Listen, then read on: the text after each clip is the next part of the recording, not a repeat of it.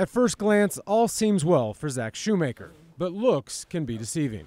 Really, nothing in there. His cupboard's bare. He and his mother forced to visit a food pantry just to get by. There's really nothing in here but pork chop and frozen banana. The couch he sits on, donated. And while they own a TV, they have no stand to put it on. I never wanted to be like a charity case. I'm at a point where I have to ask for help. You know, I've had no other choice. Shoemaker served overseas in the U.S. Army. A couple of years ago, he started his own business, and things were going well, until last summer when he hurt himself on the job. I had probably a 60-pound boulder like in my arms. As I was falling, I push it off.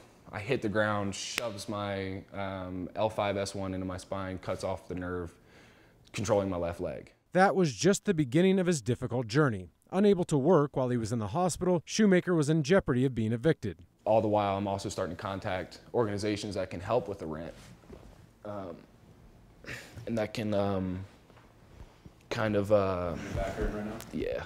After his spinal surgery, Shoemaker left the hospital against doctor's orders, hoping to speak face-to-face with his landlord. I had to leave. I had to try to get them to see, like, hey, look, this is where I'm at. His decision to leave nearly cost him his life. During the time that I had left the hospital, I was out for 7 days, developed severe blood clots in my legs. My legs turned like beet red from about mid-thigh all the way down, but it was from being up way too much, way too soon. Shoemaker says he spent another month in the hospital. As he got out, his apartment lease ended. Unable to provide recent proof of income, Shoemaker found himself with nowhere to go. He and his mother Shannon spent all of November and December in a hotel, forced to sell their cars just to have a place to live. I was eating once a day, if that.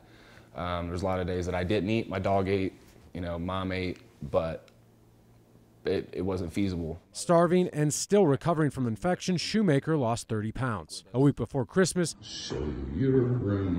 he got an early gift when the VOA told him they would pay his rent for the next year. Here, sit. Hey, good boy. He's grateful for the second chance, but is missing the little things that make a home a home. Toilet paper, paper towels, towels, dog food, plastic silverware and forks and stuff like that only go so far before you're snapping them anytime you're trying to eat.